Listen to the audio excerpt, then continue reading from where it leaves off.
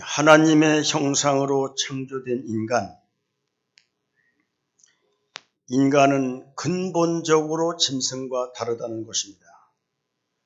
왜냐하면 사람은 하나님의 형상으로 창조되었기 때문인 것입니다. 그러면 입과 손과 발과 귀도 같으냐? 그렇지 않습니다. 요한복음 4장 24절에 보면 하나님은 영이시니 예배하는 자가 영과 진리로 예배할지라고 말씀했습니다. 하나님은 영이므로 우리 인간의 모든 육체와는 다르다는 것을 말씀하고 있는 것입니다. 하나님의 형상에 대하여 칼빈은 이렇게 정의를 한 바가 있습니다. 하나님에 대한 인식, 의와 거룩함이 실현되는 것을 의미한다고 말했고, 한국에서 성경학자로 유명한 이상근 박사님은 이성적, 윤리적, 종교적, 전인격적으로 포괄하는 말이라고 말씀을 함으로써 종합적으로 생각해 보면 인간은 성부와 성자와 성령의 형상, 하나님의 성품으로 만들어졌다는 것을 말해주고 있는 것입니다. 신앙적인 의미에서 또는 신학적인 관점에서 볼 때 하나님의 형상은 예수님 안에서 새로 태어난 우리의 모습을 말해주고 있다는 것입니다. 그러므로 고린도후서 5장 17절은 이렇게 말합니다. 그런즉 누구든지 그리스도 안에 있으면 새로운 피조물이라. 이전 것은 지나갔으니 보라 새 것이 되었더라고 말씀하였습니다. 구원받은 우리 성도들은 하나님의 성품을 닮은 성부, 성자, 성령이 충만한 신적인 존재들이라고 성경은 우리에게 일러주고 있습니다.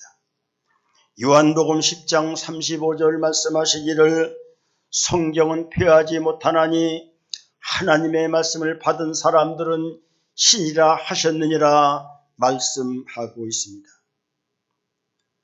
하나님의 말씀을 받아 성령이 충만하면 마귀 형상이 아닙니다. 짐승 형상도 아닙니다. 버러지 형상이 아니라 하나님의 신이 충만한 신적인 사람들이 된다고 하는 것입니다.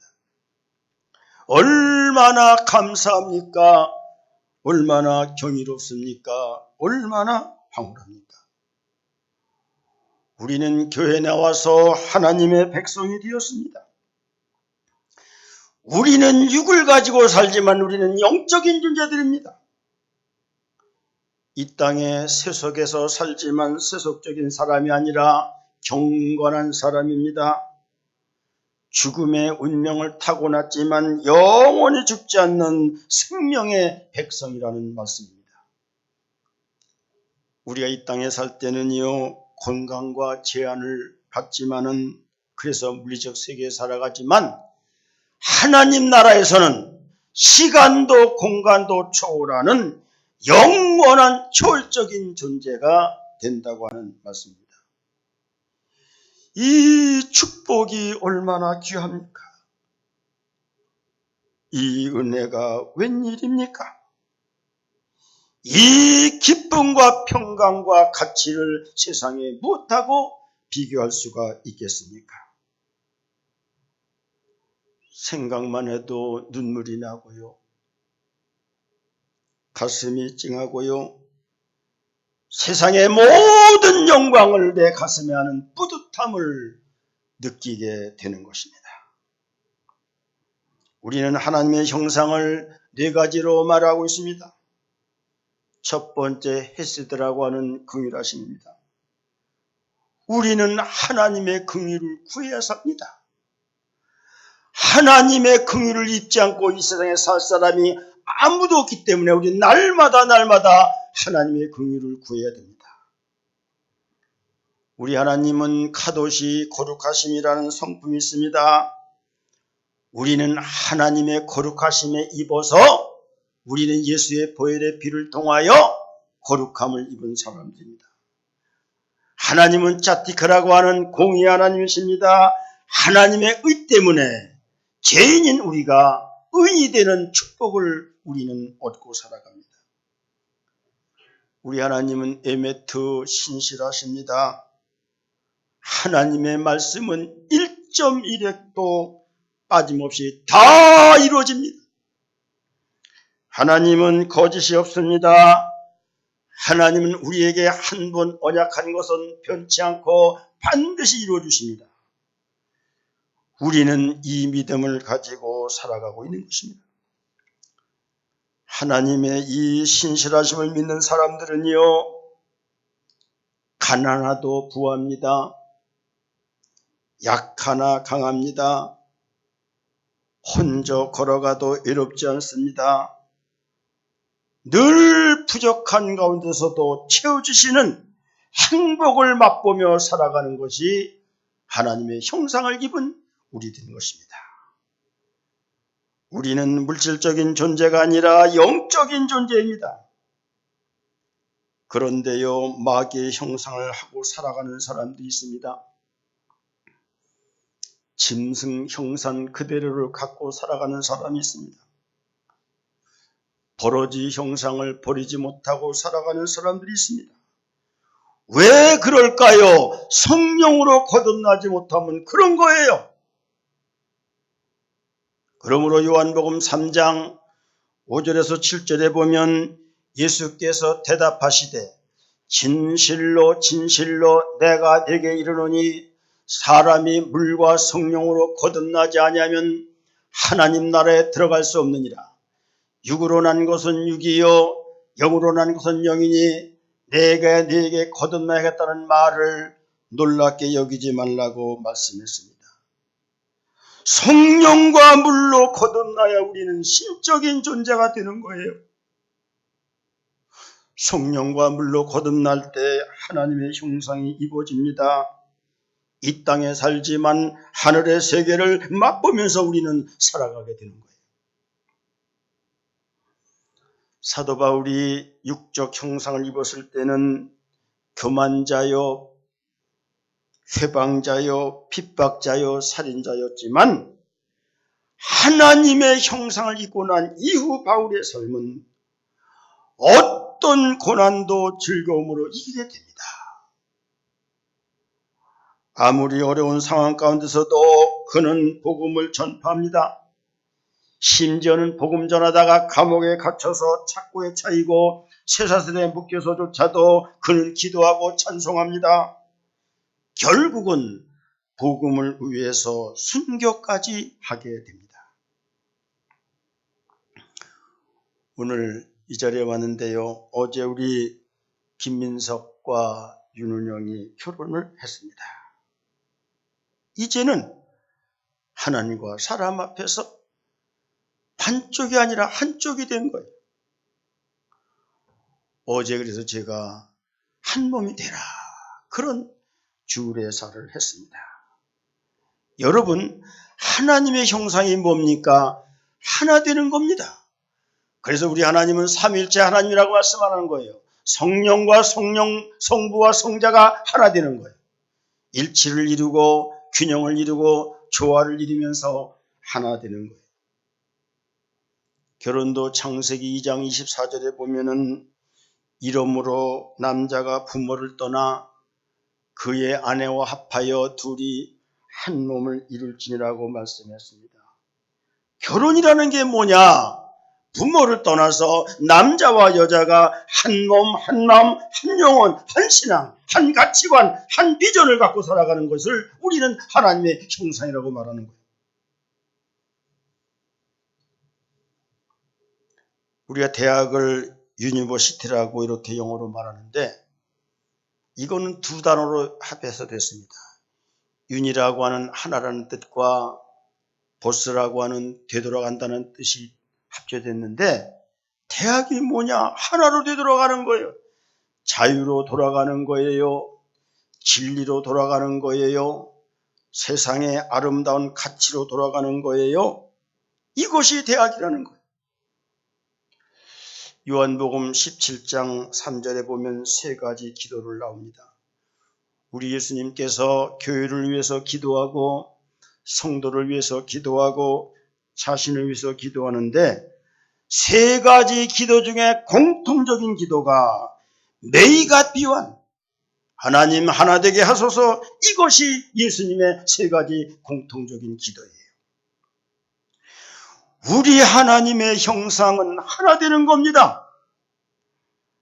하나님과 교회가 하나 되고 목사와 성도가 하나 되고 신랑과 신부가 하나 되는 것이고 부모와 자녀가 하나 되는 것이고 교회와 사회가 하나 되는 것이 하나님의 형상입니다. 그런데 인간의 문제가 어디서 생겨납니까? 하나님과 교회가 같이 가지 않습니다. 교회에서 목사와 성도가 하나 되지 못할 때 갈등과 문제가 생기는 거 아니겠습니까?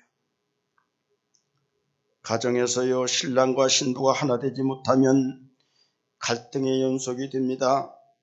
가정에서 부모와 자녀, 이 교회와 사회는 따로가 아니라 하나입니다. 교회는 세상을 향하여 선지자적인 사명을 감당해서 할 말을 해야 되는 거예요. 정부는 선지자의 말을 들어야 되는 겁니다. 그래야 건강한 사회가 되고 하나님의 축복을 받는 거예요. 창세기 22장 7절 보면 여호와 하나님이 땅의 흙으로 사람을 지으시고 생기를 그 코에 넣으시니 사람이 생명이 된지라 말씀하였습니다. 하나님은 아담을 흙으로 창조했다는 겁니다. 왜 하나님이 해와 달이며 별이며 모든 만물들은 말씀으로 창조했는데 아담만큼은 흙으로 창조했을까요? 흙이라고 하는 아파라는 단어는 땅의 티끌과 먼지라는 뜻을 갖고 있습니다. 아담의 재료가 흙이라는 것은 아담과 우리가 하나님을 만나기 전까지는 티끌과 먼지 같은 존재였지만, 무가치한 존재였지만, 우리가 구원받은 이후 하나님의 생기를 받아서 세상 사람들이 누릴 수 없는 하나님의 형상, 하나님의 영광이 이르게 된 거예요. 우리는 주님 만나기 전에는 길가에 벌어진 쓰러기만도 못한 존재였습니다. 구더기 같은 존재요, 짐승 같은 존재요, 지렁이 같은 존재였지만은, 그런데 주님을 만나서 우리가 하나님의 자녀, 하나님의 형상을 입었으니 이 사랑이 얼마나 큰 겁니까? 이 웬 은혜입니까? 웬 떡입니까?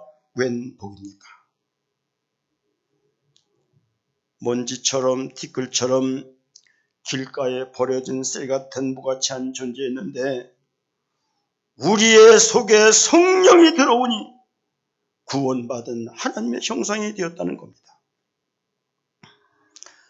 우리가 흙이었을 때는요, 신적인 존재가 없는 동물적인 존재였습니다. 하나님의 영광을 바라볼 수 없는 짐승 같은 존재였습니다. 천국은 감히 생각할 수 없는 땅의 사람이었습니다.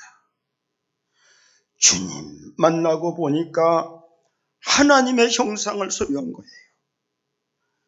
값없이 은혜로 주님의 자녀, 천국 백성, 영광의 존재, 은혜와 축복의 존재로 우리는 변해버렸습니다.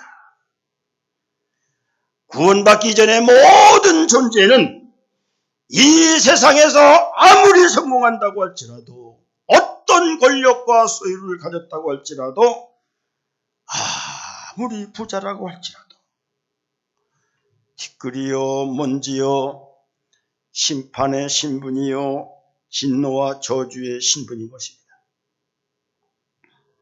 베드로전서 1장 24절은 이렇게 말합니다. 그러므로 모든 육체는 풀과 같고 그 모든 영광은 풀의 꽃과 같으니 풀은 마르고 꽃은 떨어지라고 말씀하였습니다. 모든 육체는 풀의 영광과 같다는 것입니다. 아침 안개와 이슬과 같은 순간적인 존재라는 거예요. 그러므로 내 마음에 하나님의 형상이 없다.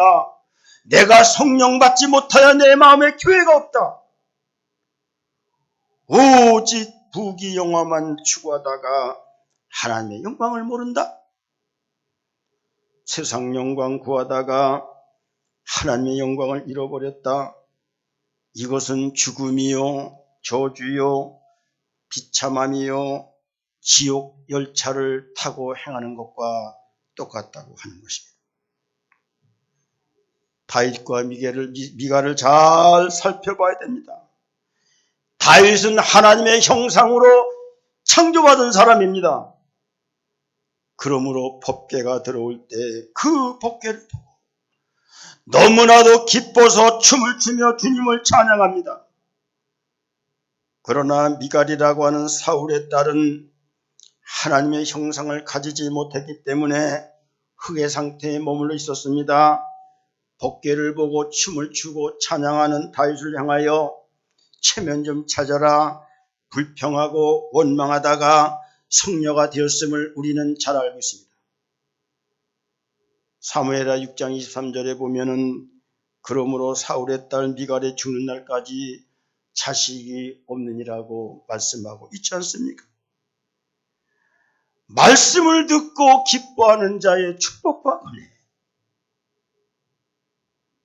말씀을 보고 춤을 추는 자의 축복과 은혜, 다시 말하면 설교를 들으면서 은혜 받는 자, 순종하는 자, 아멘하는 자, 다윗의 놀라운 축복이 많은 겁니다. 그러나 반대로 미갈같이 말씀을 비웃고 원망하고 불평하고 마음문을 꽉 잠그고 노면하는 사람, 거부하는 사람, 미갈같이 평생토록 하나님의 창작관이 없는 그런 사람이 되는 거예요. 예배를 잘 드리는 신앙이 얼마나 중요한지 모르는 거예요. 말씀을 들을 때 아멘하는 사람은 큰 영적인 축복이 있는 겁니다. 말씀 앞에 겸손한 신앙만큼 하나님의 은혜가 없다는 사실을 우리는 알아야만 됩니다. 여러분 잘 들으세요. 평신도 때는 말씀의 은혜를 받습니다. 거룩하고 겸손합니다. 기뻐하고 순종합니다. 그러나 안수 집사가 되면서부터, 권사가 되면서부터, 장로가 되면서부터 그때부터 말씀 위에 올라탑니다. 그때부터 설교 듣지 않고 그때부터 설교를 분석합니다. 교만해지고요, 불순종하고요, 마음이 완고하고 강팍해서 설교를 듣지 않고 예배를 형식적으로 드리는 사람, 하나님이 가장 싫어하는 예배라는 사실을 우리는 알아야만 됩니다. 이런 사람들이 세상에서 어떻게 살아가고 있는가? 하나님의 영적인 복과 육적인 축복을 받았는가를 한번 우리는 주위를 돌아보면서 살펴볼 수 있어야 됩니다. 창세기 2장 7절에 보면 여호와 하나님이 딸개 흙으로 사람을 지으시고 생기를 그 코에 불어넣으시니 사람이 생명이 된지라 말씀하였습니다. 그렇다면 흙의 상태가 아닌 새롭게 태어난 하나님의 형상이 되기 위해서는 우리의 코에 하나님의 생기가 들어와야 된다고 하는 것입니다. 그래야만 하나님의 형상이 되고 생명이 된다는 것입니다. 생기라고 하는 뇌샤마는 영혼과 호흡이라는 뜻으로 성령을 의미합니다. 이 말이 신약에 와서는 푸니마라는 단어로 바뀌었고 성령 혹은 영이라는 뜻으로 되어 있습니다. 흙이었던 아담, 먼지였던 아담에게 생기를 불어넣었더니 하나님의 생명, 하나님의 영광, 하나님의 형상이 되었다는 거예요. 우리도 마찬가지입니다. 단순히 믿음입니다. 하나님의 말씀을 하나님이 받느냐 이 문제입니다. 우리가 하나님의 말씀을 하나님으로 듣고 받을 때에 하나님의 생기와 성령이 나에게 들어오면 그때부터 우리에게 하나님의 형상이 생기고 교회가 세워지게 된다는 말씀인 것입니다. 그러므로 고린도전서 6장 19절 이렇게 말씀해 주고 있습니다. 너희 몸은 너희가 하나님께로부터 받은 바 너희 가운데 계신 성령의 전인 줄을 알지 못하느냐? 너희는 너희 자신의 것이 아니라고 말씀하고 있습니다. 여러분, 성령이 우리 몸에 들어오기 전에는요, 우리 몸은 쓰레기장이에요. 죄악의 냄새가 진동합니다. 썩은 냄새가 코를 찌릅니다. 그러나 이 예배를 통하여 은혜를 받고 성령이 충만해지면, 다시 말해서 하나님의 생기가 우리에게 들어오면 쓰레기장에서 장미꽃이 피는 겁니다. 돼지우리같이 냄새가 진동하던 우리 마음에서 향기가 솟아나기 시작합니다. 돈밖에 보이지 않던 사람들이 복음의 진주가 보이기 시작하는 거예요. 세상 소리만이 그렇게 좋았는데 하나님의 말씀이 꿀같이 달아지고 들려오게 되는 거예요.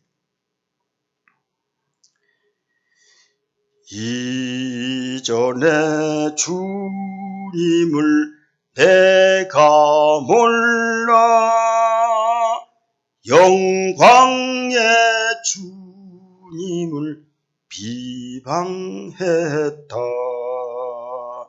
지극한 그 은혜 내게 넘쳐 날 불러주시니 고마워라.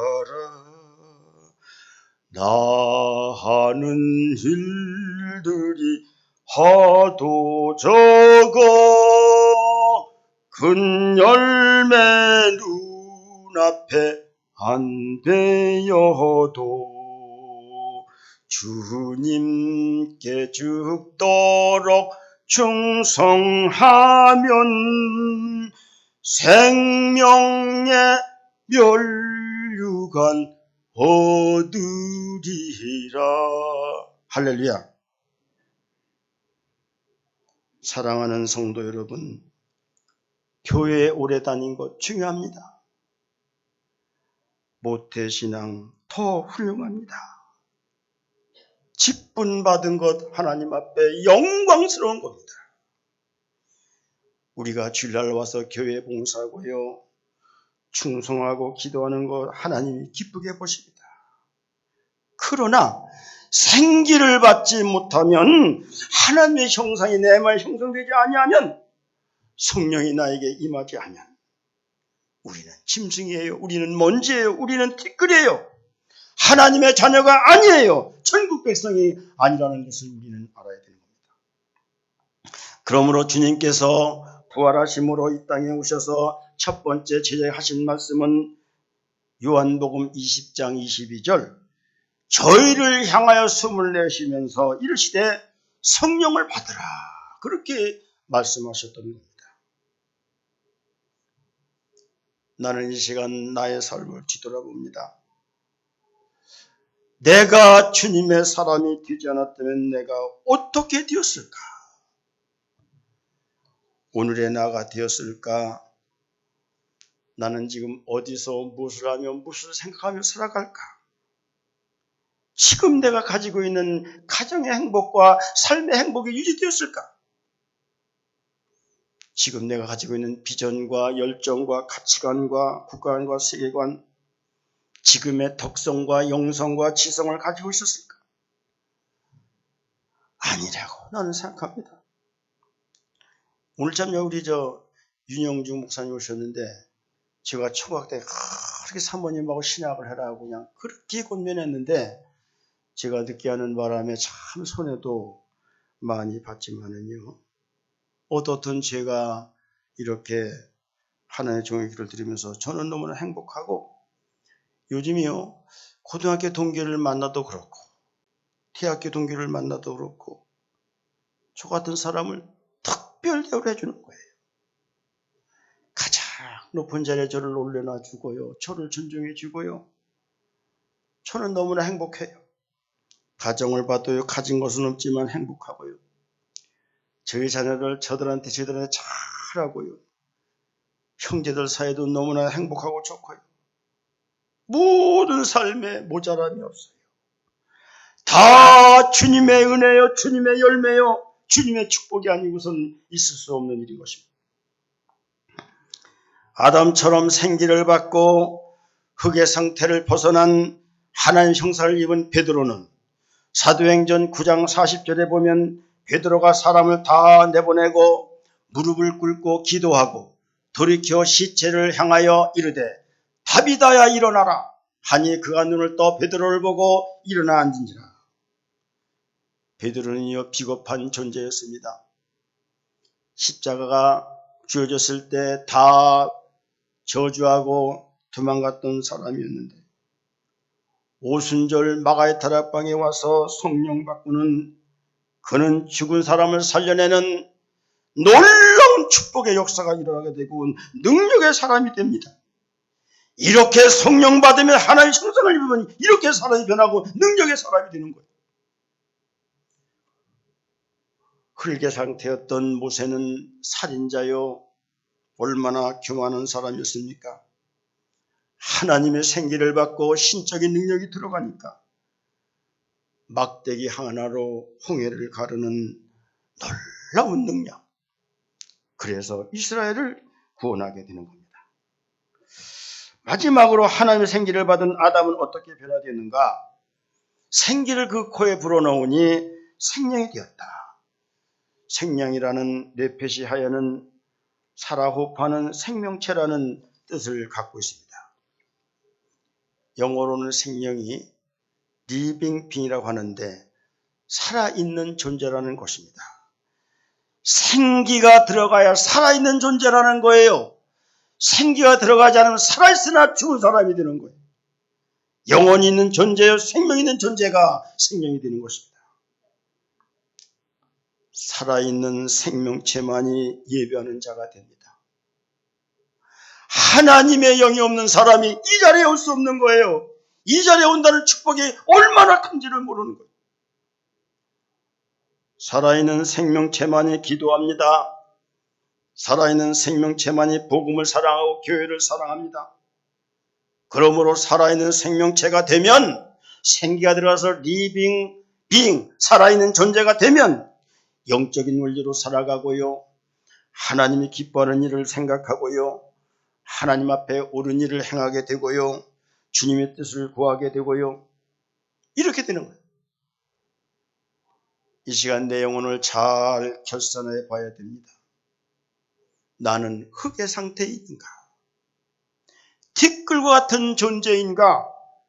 그렇지 않으면 생기를 받아서 하나님의 형상과 하나님의 영광이 가득한 사람인가? 우리는 생각해야 되는 겁니다.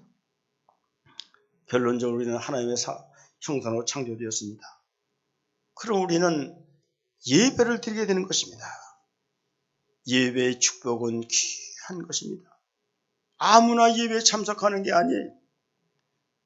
생기를 받고 하나님의 형상을 받아야 됩니다. 그러므로 앞으로 이 생기를 받아서 하나님의 능력을 받아서 하나님과 교제하고 하나님과 기쁘게 살아가고 성령 충만하여 주님의 몸된 교회를 잘 섬길 때 주님이 주시는 평강의 복, 기쁨의 복, 은혜의 복, 자손 만대의 복, 건강의 복, 영생의 복을 누릴 수 있는 여러분들 되시기를 주님의 이름으로 축복을 드립니다. 아멘. 사랑의 하나님 아버지 감사합니다.